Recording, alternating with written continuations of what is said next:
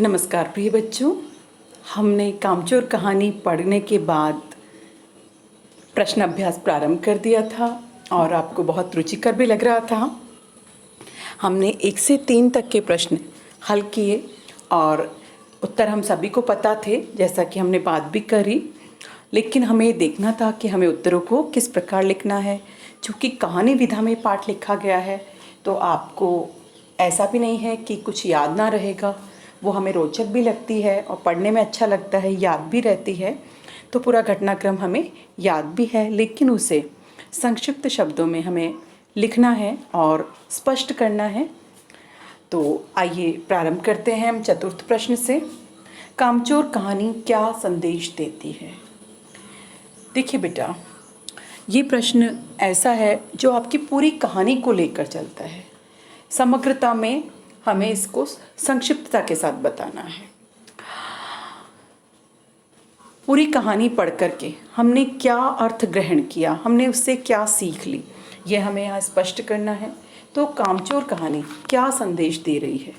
संदेश हमको स्पष्ट है ही कि परिश्रम की आदत बच्चों में बचपन से डालनी चाहिए और उनसे छोटे छोटे से काम जो हैं वो निरंतर करवाते रहना चाहिए। इससे उनकी आदत बनी रहती है और वे भी काम करते रहते हैं और बड़े लोगों की से मदद भी होती है और कहीं की स्वस्थ मानसिकता काम के प्रति बच्चों में बनती है। तो देखिए, यह एक हास्यास्पद कहानी है या कहीं की हास्य प्रधान कहानी है। यह कहानी संदेश देती है कि बच्चों को घर के कामों से अनभिज्ञ नहीं होना चाहिए। उन्हें उनके स्वभाव के अनुसार उम्र और रुचि ध्यान में रखते हुए काम करना चाहिए, जिससे बचपन में ही उनमें काम के प्रति लगन और रुचि उत्पन्न हो, न कि ऊब। ये हमारी पूरी कहानी का केंद्रीय भाव भी था और संदेश भी था, वही हमें यहाँ लिखना है।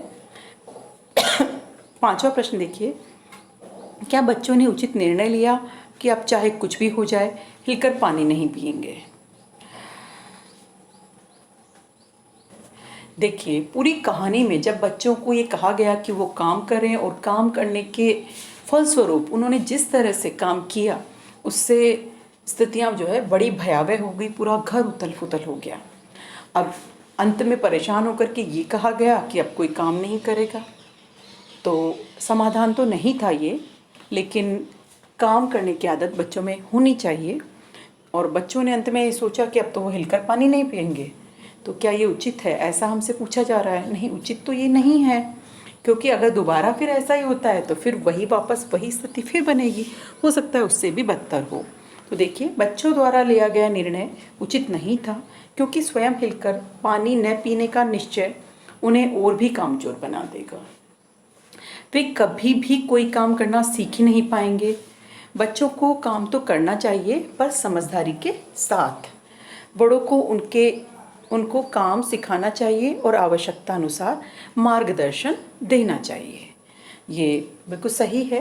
मार्गदर्शन में छोटे छोटे काम जब वो करते रहेंगे तो काम के प्रति उनकी अभिरुचि जो है वो सकारात्मक बनेगी। तो देखिए, 6वां प्रश्न, घर के सामान्य काम हो या अपना निजी काम, प्रत्येक व्यक्ति को अपनी क्षमता के अनुरूप उन्हें करना आवश्यक क्यों है? ये हमने पूरी कहानी पढ़ने के बाद हमने जो भाव ग्रहण किया वो यही था कि हमें अपना काम करना चाहिए। तो यही हम इसमें लिखेंगे। अपनी क्षमता के अनुसार काम करना इसलिए ज़रूरी है क्योंकि क्षमता के अनुरूप किया गया कार्य सही और सुचारू रूप में होता है। यदि हम अपने घर का काम या अपना निजी काम नहीं करेंगे तो हम कामचोर बन जाएंगे।